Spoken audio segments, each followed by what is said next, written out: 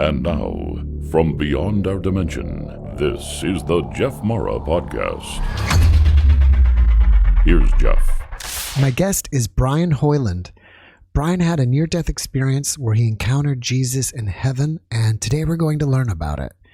Brian, thank you so much for being my guest today, and welcome. Thank you for having me. I appreciate it. Brian, my audience loves to hear about NDEs, so if you don't mind, let's just talk about yours. All right. Well, I'm going to start off with just giving you a brief background of my medical history that led up to it. I was exposed to toxic chemicals in the military, and through that exposure, I developed autoimmune diseases. One of the autoimmune diseases attacked my heart. Well, it attacked all of my organs, but really devastated my heart. And so in August of 2016, I went into heart failure. And the heart failure was so bad that I had to be intubated. They told my wife that I was going to die and that there was really no chance of me surviving. I ended up surviving, but I had several months of in and out of the hospital, a lot of heart failures, a lot of real close brushes with death, but hadn't quite died yet. And then in January of 2017, I went into this really bad arrhythmia, but it was just below my threshold for my pacemaker defibrillator to shock me out of it. So I was in the ER for 7 hours, and I was fighting for my life. And they thought they had me stabilized enough to move me to the ICU. They had a lot of people coming in. You know, it's a really busy hospital, so they had to get me out of that ER room. But as soon as they transferred me from the ER bed to the ICU bed, I went back into this really high rate of arrhythmia. And my heart rate had gotten up over 100 or 300 beats per minute. And this was quite a regular thing over those several months. You know, it was constantly going up to that. And, you know, that's a really painful process in and of itself. But that 7 hours that I was fighting was really brutal. It was probably the most traumatic thing I've ever, you know, having been in the military, I've seen a lot of things, but this was the worst thing that I've ever seen, heard of, or experienced myself, obviously.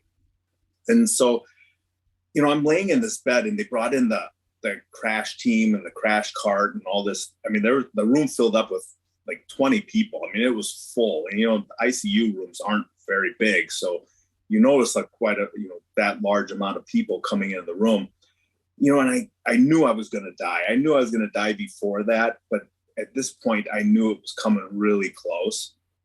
And they ended up strapping me down to the bed. They had to shock me a few times, you know, trying to get my heart rate to come back down.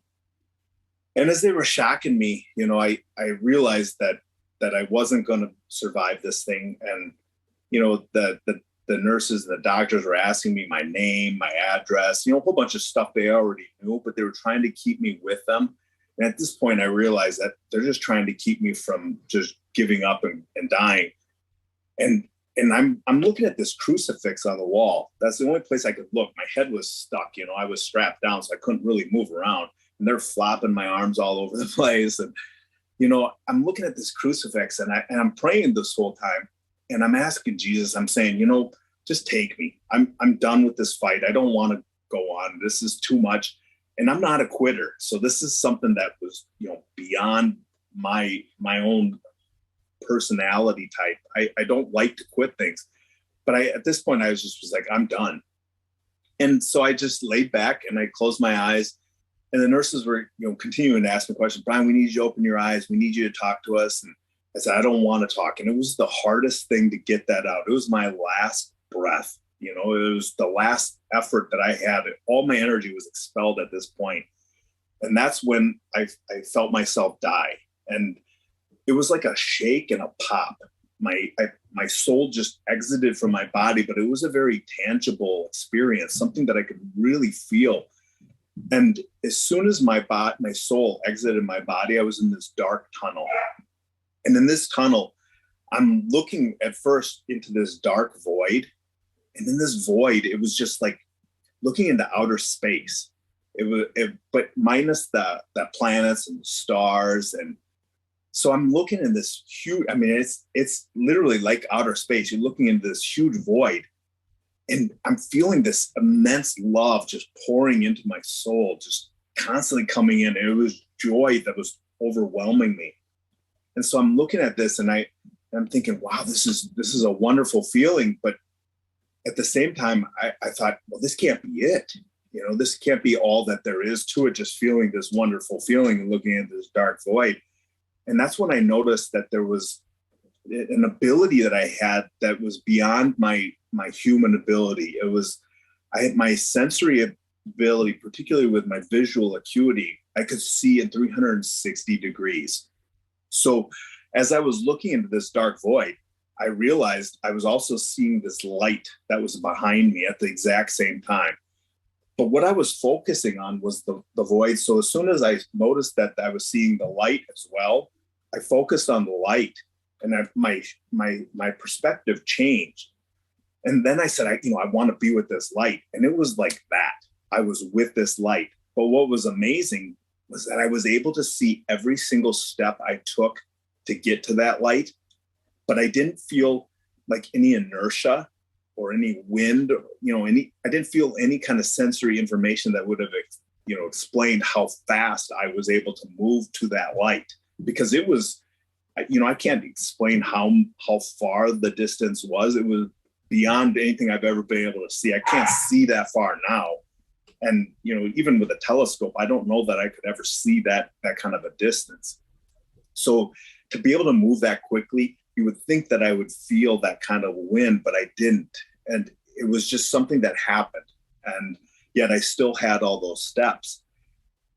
And so I'm standing before this light, and this light was just full of love. It was full of joy and peace. And as I'm looking at this light, it's radiating into my soul. But what I wanted to do, I'm looking at this thing and I'm saying, wow, I can't believe this isn't hurting my eyes, because it was the brightest thing you could ever imagine seeing. So I'm looking at the light, and I'm looking off to this side, and I'm looking off to this side. I look up and down, and I couldn't see the end of it. And what's really cool about the vision is that you can actually watch your vision grow. So I can see everything that's like around me personally, but I could also see the distance growing as I was continually looking further into the distance. So you could see everything all at once. It wasn't like you just had to stay limited to what you're focusing on here and then, change your perspective and look to the distance. You could see it all at once, except whatever you focused on was going to take your primary perspective. And so I realized I couldn't see the end of it. And as far as I could understand, I couldn't possibly ever see the end of it, because I gave up looking. I was just, too far. It just kept going and going and going. So I returned back to my perspective of looking at the light. And I said, wow, I can't believe this doesn't hurt my eyes. And I heard this voice, and it wasn't like an audible voice. It was more of a knowledge within myself that said, you can come into the light. And, I knew at this point that this was God, or at least, I don't want to say it was God, because I didn't see a being, but it was God's love. It was representative of God, but I'm not sure exactly, like a being. I didn't see a being. So I don't want to say that, this light was God's being, but it was something emanating off of God. And so I walked into the light, and as soon as I walked in, it was like this overwhelming, powerful flow of love just coming into my soul. It was more intense than anything I've ever experienced. And, having been a military guy, you go to a firefight, that's intense. That was nothing compared to the love. So any kind of fear you could imagine, any kind of love you could ever imagine in human life is nothing compared to this. This love was so encompassing, and it was just pouring into my soul. I'd like to talk about, I was like a straw or a funnel. I don't really know any other way of describing it, but when you drink from a straw, you're drinking in, and it's coming in and it's coming out, and it's constantly, the straw is still full. It's never empty until you stop drinking from it. But that's what God's love was like. It was constantly coming into me, and then it was going back out into the heaven, but it wasn't I was never depleted of it. And so that was really amazing. That was constantly coming into me, and I could feel it healing me. It was as if his love was just curing all the things that I had suffered and endured in life, and he was making those things better. And so as I'm walking through this light, and it seemed like I was walking through it for quite a while, but I got this thought in my head that I wanted to see Jesus. And as soon as I thought that, all of a sudden it opened up, and the light changed into like this room full, it was like encompassed by the light. I didn't see like a temple or anything, like a structure or anything like that, but it was like the light was the temple or the structure or the room. It was encompassing the entire room. And in this room, there were a ton of beings. I mean, I've never seen a crowd that large. So I don't know how many people were in this particular room, but this room, it wasn't all of heaven.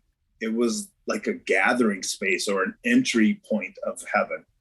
I can't say for sure because I didn't see past that. So I don't know how much more of heaven there is, but this part was so beautiful and just full of love. And yet it was limited to the totality of what heaven had to offer. But the beings were really different. They had a torso of a human body, and yet it was, it didn't have the physical features of a human being. But what it kind of looked like was like a cell underneath of a microscope. So if you look at a microscope and you see the cell, it's got all those little moving parts in it. Well, all those little moving parts in heaven were more of light, and it was like this beautiful radiating light coming off these beings, and they kind of had different levels of light, but one being in particular was absolutely so bright that, hang on, I thought I dismissed those. Sorry about that. That's Jeff. Okay, no problem. But the one being had incredible light, and it was so beautiful and welcoming and warm that I was instantly attracted. I knew right away who this being was, but it was like this love was emanating off of this being, and it was transmitted from the light and through the atmosphere down into this being. So it was like this constant flow between those three things. And the atmosphere was like a pinkish gray, but that's a really poor description of what it was, because I don't know what colors we could look at. I've looked at different color spectrums. I've looked at bees and some other things. The Discovery Channel really cool on different colors, but it wasn't one of those colors that you could really pick out and say, hey, this is the color that I experienced. It was a pinkish green, but it wasn't something that I knew. I was very unfamiliar with it, but the atmosphere was like connecting the light of God with this one particular being, and then all of the rest of the beings that were there were also connected through this flow of love or whatever that was happening. And so this being, I knew it was Jesus, and I'm looking at it and I'm saying, Jesus, I want to see your face. I want to see your face. And that's when I said that, it was like this pure, like, loving request. It wasn't like I was demanding of anything. My soul was in complete submission, and you can ask anybody who knows me. I'm not a submissive person. I don't submit to anything. As a military guy, I'm not a submissive person at all. I'm very, very strong-willed, but the submission wasn't like a whipped puppy kind of thing. It was like just because of the love. The love made it so that you trusted so much that you didn't have to worry about submitting to this being. And so I'm asking Jesus to see his face, and that's when it started to come together. His face started to come together, and it was beautiful. I could actually see his real face except my memory couldn't lay down what his face looked like. As soon as it got into my eyes, I could see what it was, and I could see that he was smiling. That was the most important thing. But as soon as it got towards my memory, I lost all ability to lay down any kind of memory of what his face looked like. But I do know that his face was smiling. And as I'm looking at him, I had full recognition of his features while I was there. But it was just that smile. That smile was so wonderful because it was like healing my soul. And that's when we started to go into my life review. So I'm going over all my sins, and we're processing these sins, and these sins were things that like I said, I had 7 hours to confess everything. But all the big things that you have in life, all the things that we know, I wish I wouldn't have done that, or I shouldn't have done this, or I shouldn't have done that. All those things, we know those are wrong.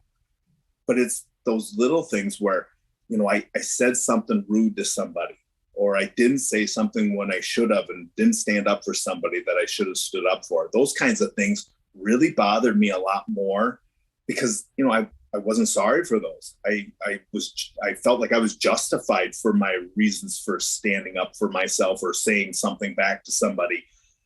And, whether you're justified or not, I realized that it wasn't about the justification. It was about the impact that I had on that other person. And that was what really, really was tearing at my soul. But the whole time I'm looking at Jesus and he's smiling. Even though I'm going through all these sins, he's smiling at me. And it was as if he was like removing those barriers to health, to total spiritual health from me. He was taking that off of me and that burden from me. And it was a simple smile. I still can't get over the fact that he was smiling like that. And it was this love that was coming through that was just touching my soul. And so I'm going through all these sins. And as we're going through that, I asked, I had a time when I was about 6 years old, and my great grandmother had died. And when she died, I saw how everybody was impacted by it. And it was a terrible thing for my entire family. But she was a well-beloved person in our family, and so I saw all my aunts and all my uncles, and everybody was just torn up about it. I as a 6-year-old, I said, God, I don't want to have that experience happen to, because of me. So let me have a long life. And I remember I was praying for a long time for that, and I got this feeling, and it was just like a peace that came over me. I didn't have the peace at first when I started praying. I was really concerned about my family, right? But it was this peace that came after a period of time of praying. And it was just, all of a sudden I felt like I didn't have to worry about them having to go through that.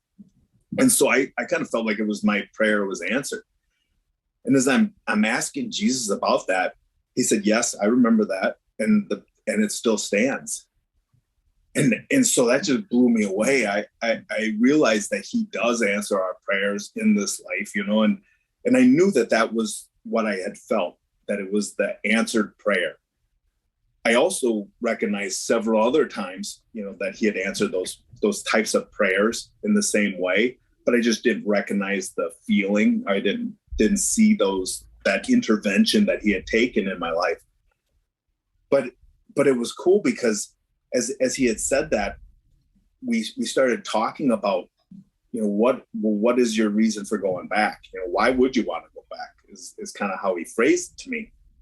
But it wasn't like, a question that prevented me from exploring going back. It was more of like, what is the reason behind your motivation to go back? What do you want to accomplish? What do you want to do? Because I had my whole life to do the things that I wanted to do.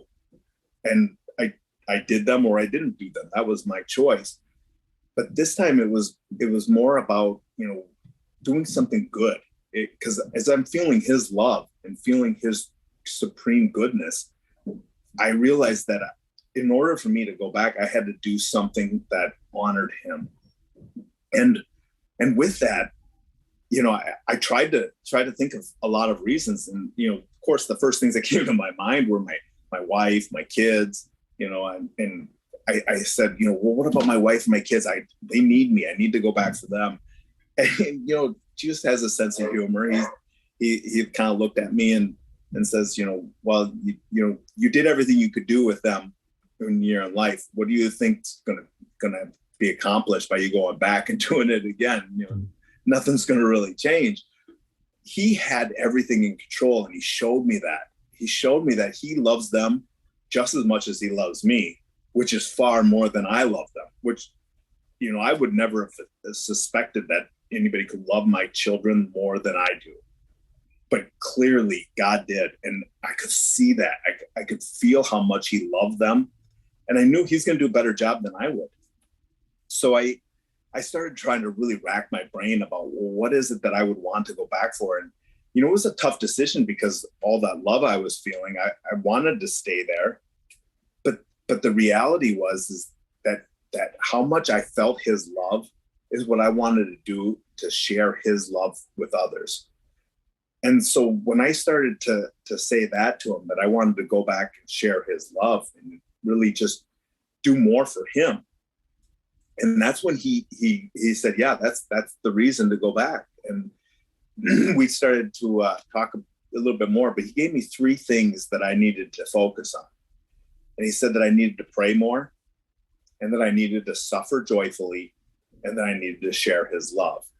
Well, sharing his love, that's a pretty easy one. I needed to share this message, but I needed to do so in a way that was non-judgmental, because, everybody on earth has plenty of ideas about what God is and how he acts and what he does. And, he doesn't force us to believe one thing or another. He is the truth, and he's what he is, but he doesn't make anybody believe it. So I can't come here and try to do the same thing, try to say, well, you got to believe this because, I saw it. So I knew I had to delicately navigate that system and do it in a way that helps people to get to heaven, not just to believe me or to believe a certain thing that I believe. So I knew I had to share his love, which was pure and non-judgmental and just open to humanity, because he does love humans.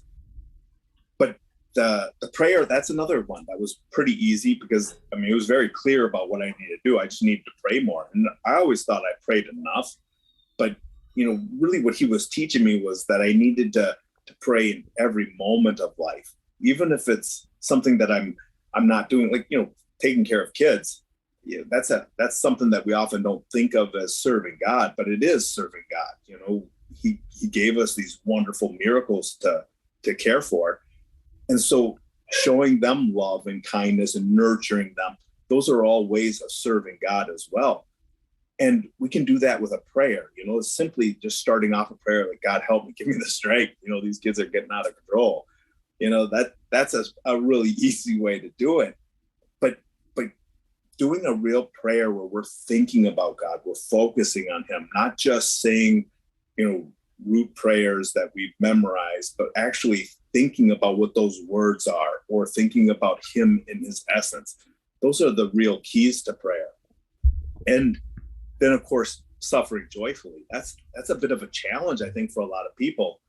And having just died, I completely understood what he was saying, because I was seeing him in every aspect of life. Time doesn't have the same concept that we have here in life. We have a more linear concept of time, but time there is like you draw a little pin circle, pick a pen and you draw a little dot. That's all of history in that little dot.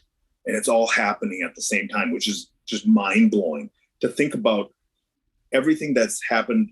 Just take a human being, my life.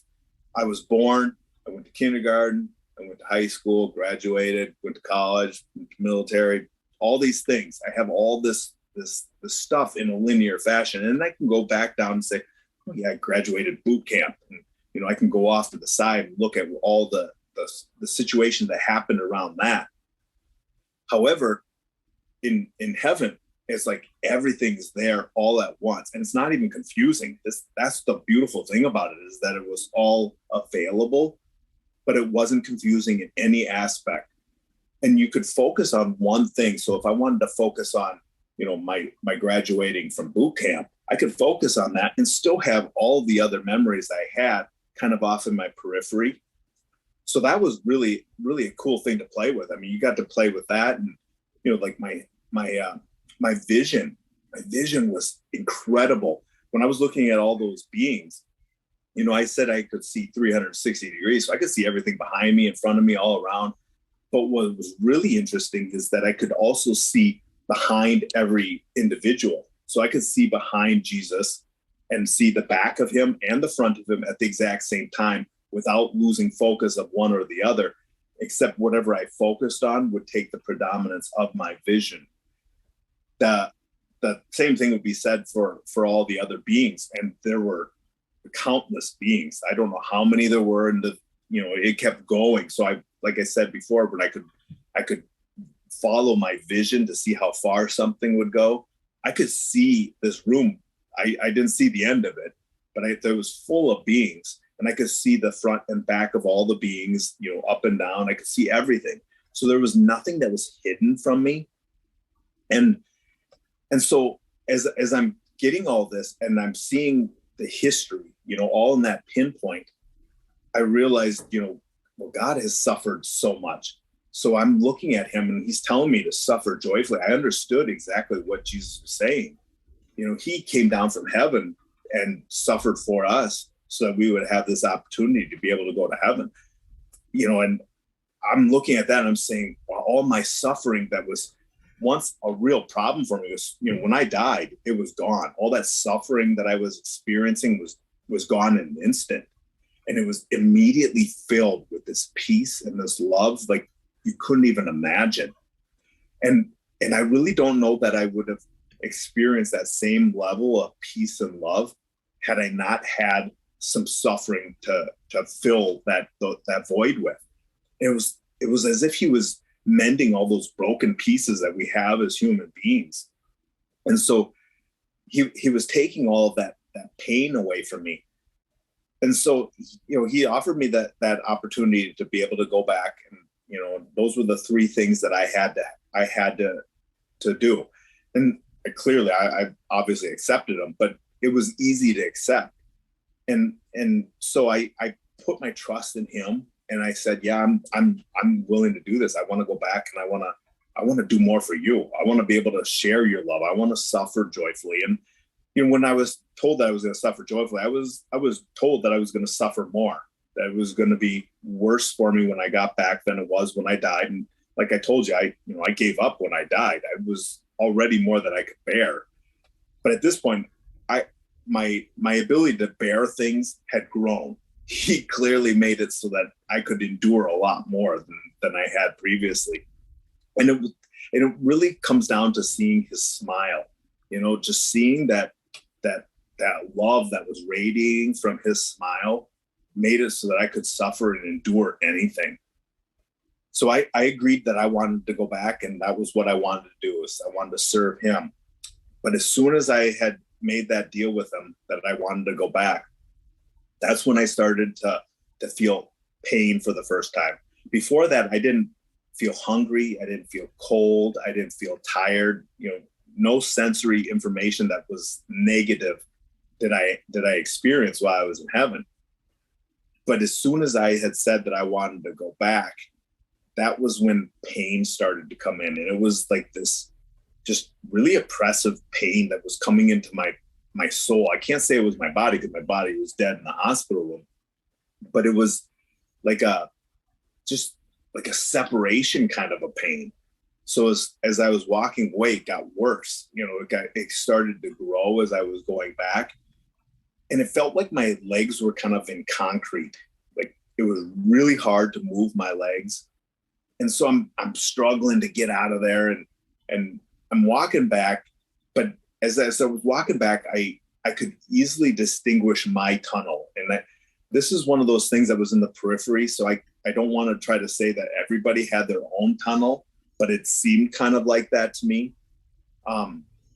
But I was super focused on my tunnel. So I knew my own tunnel. It wasn't like anybody had a sign up that said, hey, this is Brian's tunnel. It was very easy for me to follow my path back. And as I got into my tunnel, I saw that at the end of the tunnel, there was no longer that dark void. It was my hospital room. And I could see my body laying there. And I could see all the hospital staff that was working on me and what they were doing. And, they had this machine on me. It was a green machine, but it was a Lucas machine, as I later found out. But what it does is it does chest compressions to try to revive you as you're laying there dead in the hospital room. So I'm watching this as I'm going back towards my body. And, I'm feeling that pain as I'm going away, but I'm also feeling this idea that, I want to serve God. And that's what kept me going, because I really wanted to turn back at several points, but I knew that I wasn't able to at that point. After I made that decision to go back, I had to stick with it. So as soon as I get to my body, it was as if that shake and that pop that I had to begin with, it was different coming back into my body. I didn't feel the shake and the pop, but I did feel like a kind of a pressure as I did come back into my body. And it felt like all of heaven kind of closed off behind me, because as I was coming back in, it was almost like I could see through my own eyes into my hospital room, from the bed that I was laying on. But it was like that tunnel closed off. And yet I could feel that it wasn't closed. It was just the human sensory information that was closed off. So I wasn't able to keep track of it just because of, the distractions that life brings to us. And of course, as soon as I snapped back into my body, all that pain rushed back in, all the noise, the chaos of that room was back and present with me. And as soon as I came back in, first thing I did is I opened my eyes and I kind of got up like this and I looked at the doctor and I said, did I just die? Because I wanted that verification, because, I'm a psychotherapist. So I didn't believe in near-death experiences before all this. I thought it was a lot of neurotransmitters that were being, released into the brain, and that was what causing hallucinations and all that kind of scientific, the modern scientific beliefs about near-death experiences. And yet I wanted that confirmation that it wasn't an out-of-body experience, or, I wanted to have it really definitively nailed down that the doctor saw that I was dead. So I said that to him, and I don't know if I almost gave him a heart attack or not. He almost was the next one in the bed next to me, because look on his face, he looked like a ghost. He's like, yeah, and he had to come closer at first. And so he comes closer and he says, tells me to say it again. And I'm like, did I just die? And that was like, it took every effort to get that breath up, because they have, oxygen on me and everything. So, it was hard to talk, and, I was just dead. So it was tough, but he's like, yeah, you just died. and I still laugh about it, because that look was just such a surprise, that was on his face. And to me, it was so confirming of what I experienced, because I knew what I had just went through. I never lost consciousness. So I remember my death. I remember prior to my death, all the way through my death. Plus, I had all this new memory of what I experienced while I was dead. And then I came back. And, there was never a cut or a break in that consciousness. And to me, that was really impressive, because, it just doesn't work that way. Consciousness for the medical model just doesn't work like that if everything that they say about neurotransmitters is correct. So for me to have that confirmation from the doctor was really, more or less just for my own personal preference, just because I had just died and was still new to the whole situation. But it was really cool, because even after that, they had to put in a new pacemaker, and they had one on my side. So they took that. It was technically just a defibrillator. They took that one out eventually, but they had to put a new one in because they thought I was still going to die. And so they couldn't use anesthesia or anything like that during it because they thought, my heart was going to stop and that I wouldn't survive the actual procedure. But I didn't even feel anything. It was like a little pinch, kind of like when you get your blood drawn. It's a minor inconvenience. It's not a real painful process. And so that's what it felt like to me. But me and the doctor were talking about sports, and we were cracking jokes to each other the whole time. And, afterwards, it's like, I can't believe you didn't feel that. I'm like, well, I can't believe you didn't feel what I was feeling. Because, I was still in that ecstasy from experiencing God face to face. So that to me was just, the most wonderful thing to be out, even in the hospital, suffering with all that pain that I was told I was going to come back to. And yet my perspective on it was different. I didn't look at pain the same way. It really didn't register to the same level that it had before. And so I was already recognizing that God had changed things within me. And to me, that was a wonderful blessing because, I've had several years where I've still had to suffer. And, I just went to the doctor just this week and I still have things that are going on. And it's because those autoimmune diseases are still attacking other organs. They're still causing problems. My heart's good. So that's a thankful thing.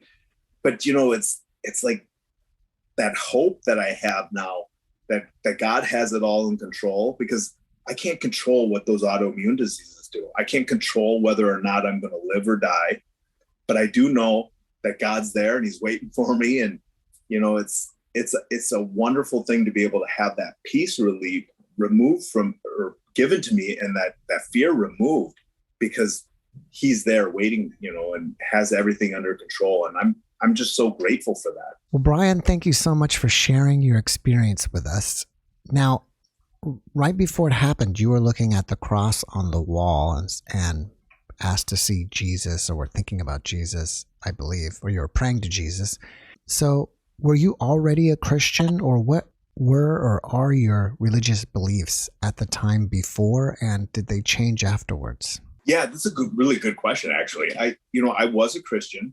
I was a Catholic, but I was a lukewarm Catholic, kind of a Catholic who I went to mass once in a while. I didn't go regularly like I should. I was, kind of a poor Catholic, but I was, I would say I was more of, I was a Freemason at the time, and Freemasons kind of believe that all religions are, valid, and they put everything on the same level. So, I had that belief going into this, and everything changed because of this experience. I really became a very strong Catholic. I go to mass all the time. I don't miss mass at all.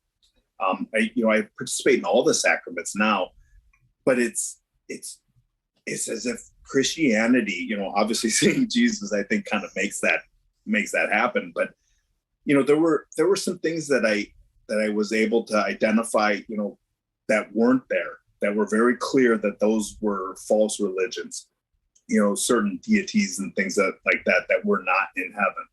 And it was very known. And part of that was with my life review. I was able to see sins that I had. And one of the sins I had was being a Freemason, is that putting everything on that same level. So I was able to see how that was wrong. And that really helped me to grow in my spirituality, but in that connection with Jesus, because that connection didn't stop when I left heaven. It only grew, but it was removing certain barriers that I had in life that were keeping me from getting that closeness. Like I said, when it kind of felt like it closed off behind me, those distractions that we have in life, those are what keep us from God.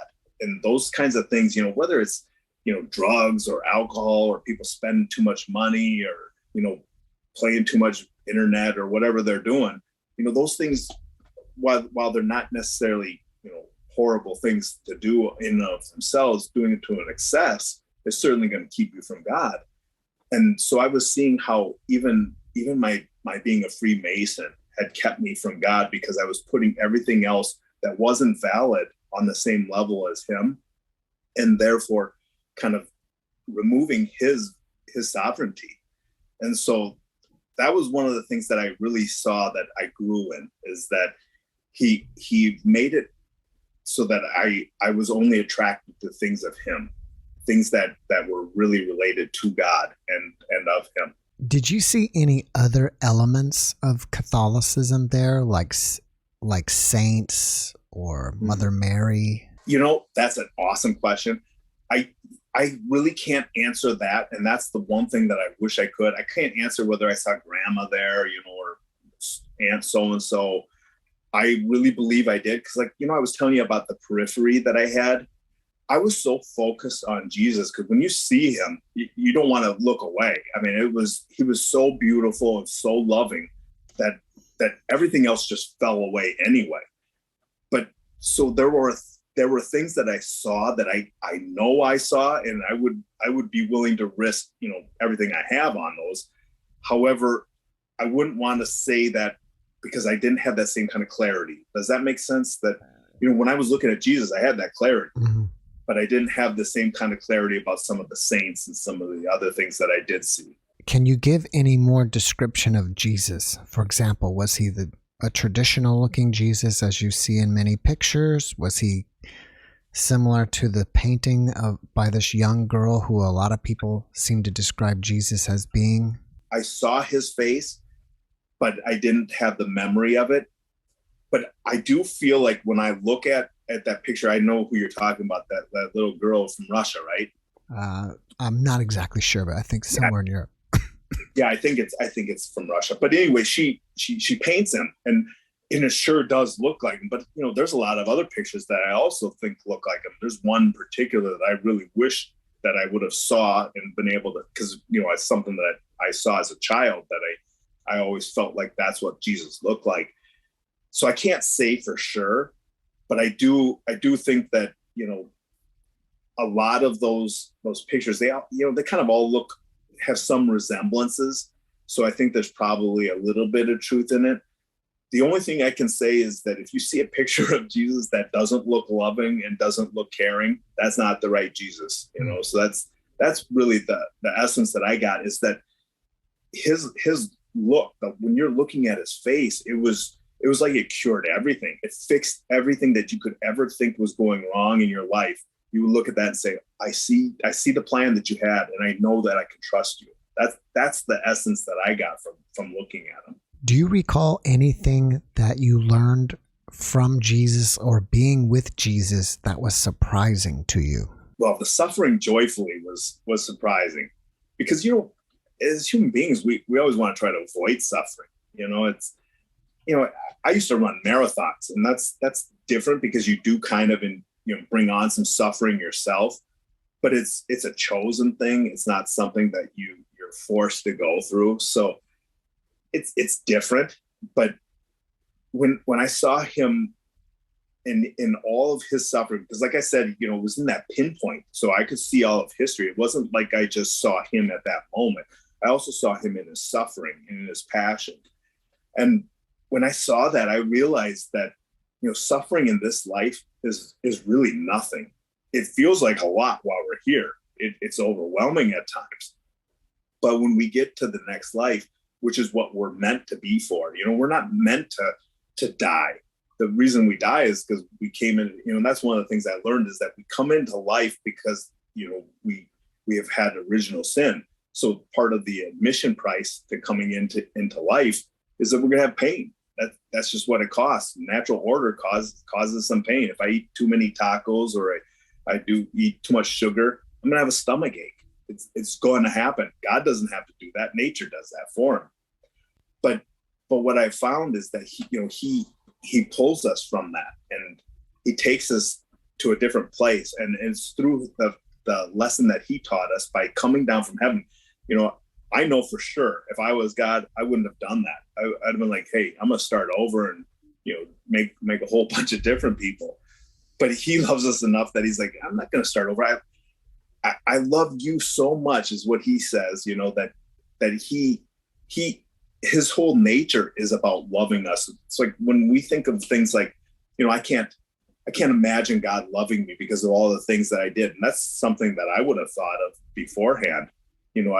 How could God love me knowing all the horrible things that I've done? And I've done a lot of horrible things, but it's not about that. It's I'm not that important that my sins are worse than somebody else's, even though I might think they are.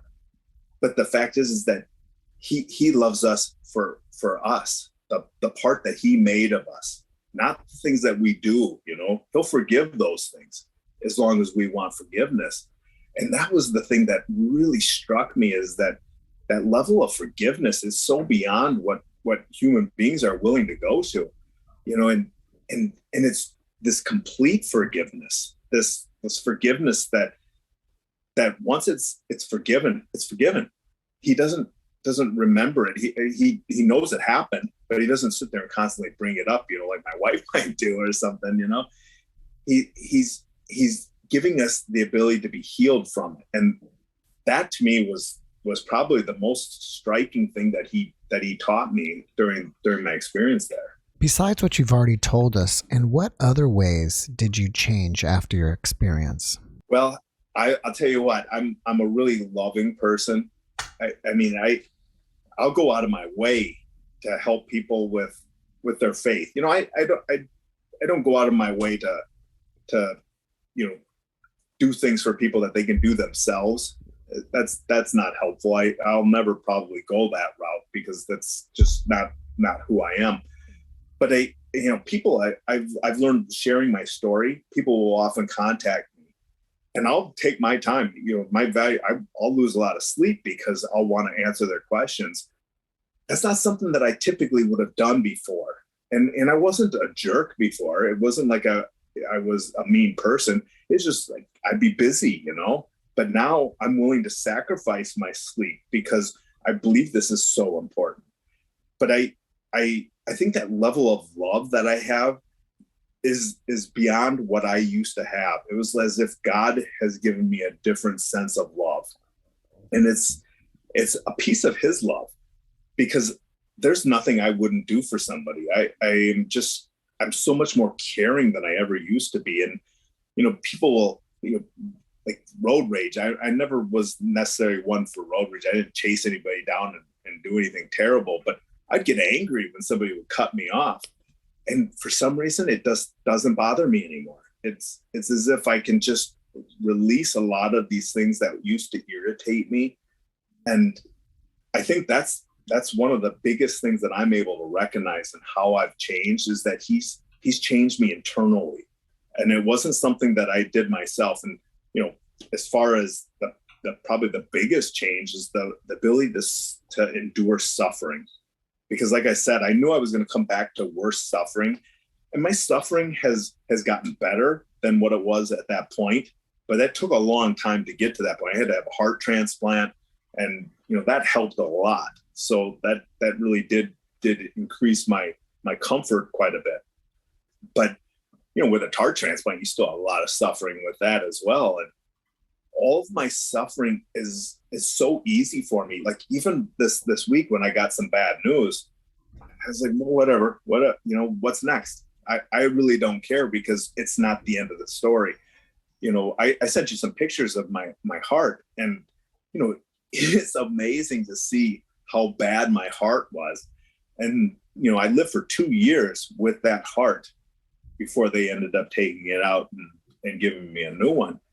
So I went from dying and having a heart that should have been dead at the age of 42. And then I lived for another 2 years with that heart, and then got a new one. And when you see this heart, it blows you away, because you can see that it was not supposed to be working. So God had his hand on my heart. And with that now, I have so much more trust, as that, when the doctors tell me, like this week, they said, hey, you got this other thing going on. It just doesn't faze me, because I know that God had my heart, this inoperable heart in his hand, and he was able to keep me alive for 2 years. I think he can handle this tiny little thing that's going on now. Did you ever have a conversation with the doctor that you asked, did I die? Did you ever tell him about your experience? No, I never got to. He was the doctor on call in the ICU. I don't know how many doctors they have throughout the whole hospital, but he had to go to other other patients after my situation, because he was the emergency one who comes running in when they have an emergency. So I never got to see him again, but I did get to see the charge nurse. And so me and her had talked, and she kind of told me about, how long I had been dead for, and, some of the situations. But she confirmed to me when I was able to tell her, this was here and that person was over there, and you were doing this and you were doing that. I was able to confirm all those things with her. So that was really cool. But what then she did is she ended up telling a bunch of the other nurses, and they all came flying in, throughout the week, and were asking me a lot of questions. Do you fear death at all? Not anymore. I mean, I don't want to die.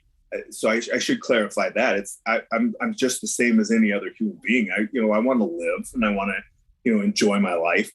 And every morning I wake up, and first thing I do every morning is I think about Jesus, because I just think of that smile on his face.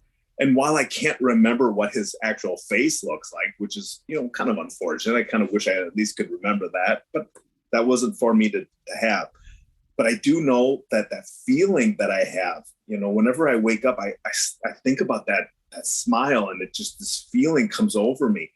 And that starts my whole day off, just thinking about that. So whenever I have, issues with my heart, or, my heart sometimes doesn't pump properly. So I'll gain, 30 pounds in a week, just a fluid retention, because it's not processing things properly. And, I have other organs that are being damaged because of my autoimmune diseases. So it's, I got a lot of complications. And yet I'll sit there and I'll think about, well, God's going to take care of it however he's going to do. I don't know how long he's going to give me. He did say that he's going to give me extra time, but he didn't tell me, it's going to be until 2025 or, 30 or whatever. He didn't tell me how long it's going to be. But I don't even worry about it now. I've made my peace with what I have in life. And all I do every day is I wake up, I smile, I think about Jesus, and then I start my day off saying, well, how can I serve God? And I look for every single person I can smile at.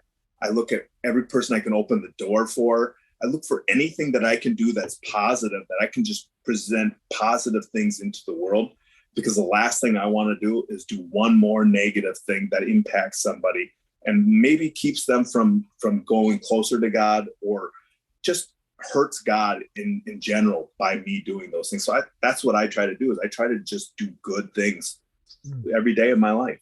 Has the memory of this experience faded over time, or is it still as real today as it did the day it happened?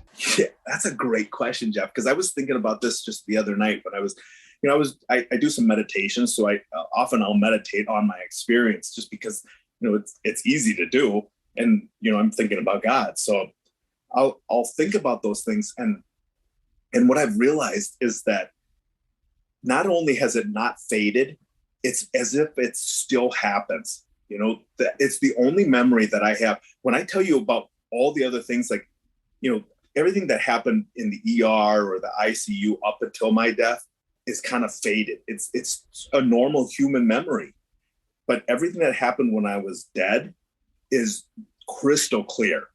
The only things that are faded in that memory are the things that are in my periphery. That's why I don't try to say, hey, I saw so-and-so, or I saw this, or I saw that, because I think that's how sometimes people kind of misconstrue things that they see in their near-death experience, because what you're focusing on is very crystal clear. But everything else, you're seeing so many things that no way can our human brain stay at that same level as we had when we were dead. It's just, they're two different types of abilities. And my ability isn't the same as it was when I was dead. So I don't want to try to pull on those memories that are too far beyond my ability to grasp. But the ones that I was focusing on while I was there are crystal clear. So those haven't faded at all. And then, I kind of think of, like, some people sometimes talk about, like, dreams, and how, dreams kind of fade. And, that's what real life feels like, almost, is that every time I think of a memory of real life, it almost seems like what I used to think dreams felt like. And the only thing that seems real and completely certain to me is my near-death experience, is, that time that I spent with God. That's fascinating. That the one episode in your life is like your anchor. Yeah, it's really bizarre, but it's the coolest thing. It really is cool. Did you find yourself after your NDE being in places like the grocery store and being like in love with everybody? I felt like I've been in love. I haven't gone to the grocery store a lot because of COVID. That's kind of limited that. However, even in the hospital room, I was immediately in love with everybody, and it's not, I hate to try to bag on my old self, but I'm going to have to. I wasn't like that. I wasn't one of those people. I was a nice person. I was what most people would probably say was a really good person. But I know me myself, and I know what was really going on in my head. And I wasn't that kind of a person that just loved people. I tolerated people. I put up with people. But it's so much different now that when I look at people, I look at them and I say, well, how can I help this person get to heaven? That's the only thing I care about. And it's not coming necessarily from me. It's coming from the fact that I want to make God happy. But when I look at those people, I often will say, if I say this one response now, how is that going to help that person get to heaven? And most of the time it won't. So I keep my mouth shut, because I still have my same human desires to stand up for myself and to if somebody gives me an insult, I want to sometimes give one back. But there's something that's inside of me that's deeper, and it says, don't do that. It's not worth it. It doesn't help that person. And I've been able to choose not to do that, which is something totally beyond my character. It's not something that I would have ever done. I would have quickly cut somebody down. In fact, if somebody, would have in the past gone against me, I very much go to the opposite extreme, and I don't relent until they give up, and that was something that I never thought would escape me. Nothing that I thought I would ever give up. And yet I have no desire to do that anymore. I only want to do what's good for people. And that's probably the most amazing change that you could see within me as a human being now. All right. Well, I asked Brian before we started if he wanted to promote anything of his, and he said no, but I'm going to do it for him anyways. His book is right next to him, From Sudden Death to Paradise. Yeah. So if you want to check out his book, is it on Amazon? It is on Amazon. But I'll be honest, Jeff, I would rather people, not if they don't like to read, seriously, I would rather people email me, ask me questions. I'm happy to answer anything. I just don't want people to feel pressured to do it. Mm-hmm. But, it does explain my medical stuff. And so some people who've read it have said it's really been beneficial because of how much I've suffered. And, it does explain it real well. And, and I really appreciate you bringing it up. But honestly, I do want people to hear it. Like your show is a great way for people to hear my story and hear what happened. Do you think it's best if people email you or catch you on Facebook if they want to reach out to you? Either one. My email is tsdismas@gmail.com, and then look me up on Facebook, Brian Hoyland. It's either one's really easy, and I do get a ton of messages, so I do get back to them. Though I honestly don't think I've missed any. Sometimes there'll be quite a few of them that I have to go through, and I always worry about missing one, but I think I've gotten them all. All right. Well, before we finish up, can you leave us with one last positive message? Well, the one thing I really want to say is that Jesus loves everybody. I mean, that's the one thing. If you find yourself not wanting to be a Christian, not wanting to love Jesus, just do this one thing. Ask him to prove it to you. I don't think he's going to neglect you on that. But even when you die, just don't go to that dark void. Just look at that light and go towards the light. Don't go to that dark void. The one thing about the dark void was there was an evil presence hidden there, and it was manipulative. It was trying to entice me into it.